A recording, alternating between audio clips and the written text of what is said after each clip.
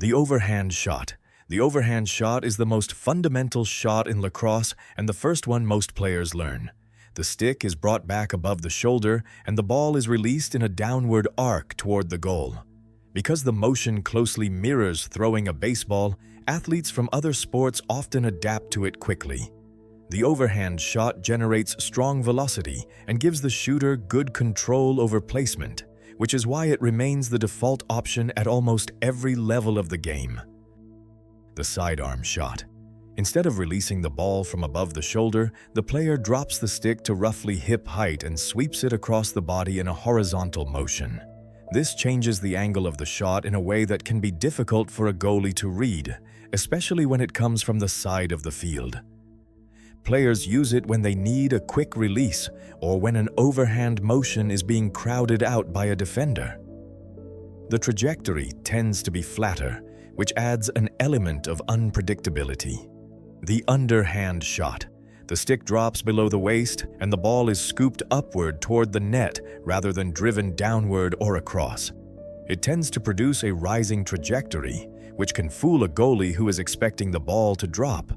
It is less common than the overhand or sidearm, but it becomes useful in close-quarter situations near the crease where a full overhand swing simply is not possible. The bounce shot. The player intentionally aims the ball at the ground a few feet in front of the goal rather than directly at the net. When the ball hits the turf or field surface, it skips upward into the lower portion of the cage. Goalies typically watch the shooter's hands and body, not the ground, so the sudden change in the ball's path at the last moment disrupts their tracking. This shot is more effective on artificial turf, where the bounce is consistent and predictable for the shooter. The wrap shot. The player moves around the crease and releases the ball from behind or beside the goal, bending the angle of the shot so that it comes in from a near impossible direction. It requires the shooter to contort the stick in a way that looks awkward at full speed, which is part of what makes it work.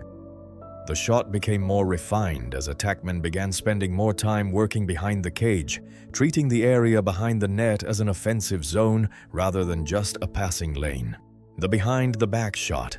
The player reaches the stick behind their own back and releases the ball from that position, usually while moving laterally or spinning away from a defender. It is one of the more visually striking shots in the sport and is used primarily to maintain momentum when turning in a direction that would make a standard release impossible. It is not as powerful as a conventional shot, but the angle and timing can create enough separation to make it effective. The quick stick shot. There is very little wind-up here.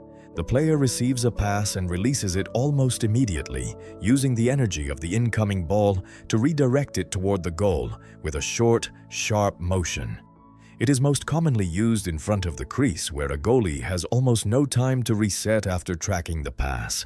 The technique demands clean catching mechanics and sharp spatial awareness, because the window between receiving and releasing is extremely narrow.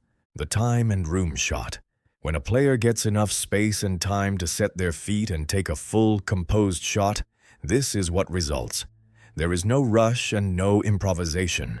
The body is balanced, the hips rotate fully, and the stick comes through in a clean, powerful arc.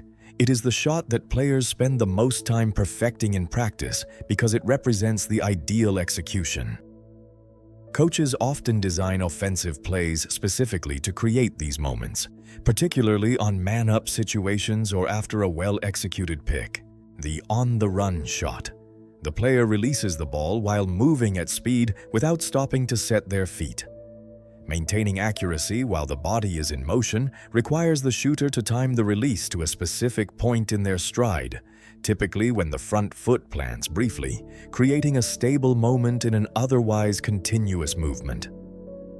Players who master this shot become much harder to defend because stopping them from shooting means stopping their movement entirely, which is significantly more difficult than simply positioning between them and the goal. The shovel shot. It is a short, punching motion where the ball is pushed forward from a low position rather than swung or swept. It looks almost like a shove rather than a traditional shot, and it is used primarily in traffic near the crease where there is simply no room to load up any kind of full motion. The power is limited, but the release is so compact that it can slip past a goalie who is expecting a more telegraphed movement. The offhand shot. Every player has a dominant hand and a weaker one. The offhand shot is simply any shot taken with the non-dominant hand, but the reason it earns a category of its own is because developing it changes a player's effectiveness entirely. A player who can only shoot from one side is far easier to defend. When a player becomes competent shooting offhand, defenders can no longer simply force them one direction, and the goalkeeper has to prepare for threats from the full width of the field rather than just a predictable side. The fake shot. Technically, it is not a shot at all, but it functions as one. The player begins the mechanics of a shot without completing the release, watching whether the goalie or a nearby defender reacts. If the goalie commits early or a defender lunges to check, a passing lane or shooting lane opens up that did not exist a moment before. The fake shot is most effective when a player has already established that their real shot is a credible threat, because without that reputation, no one will move.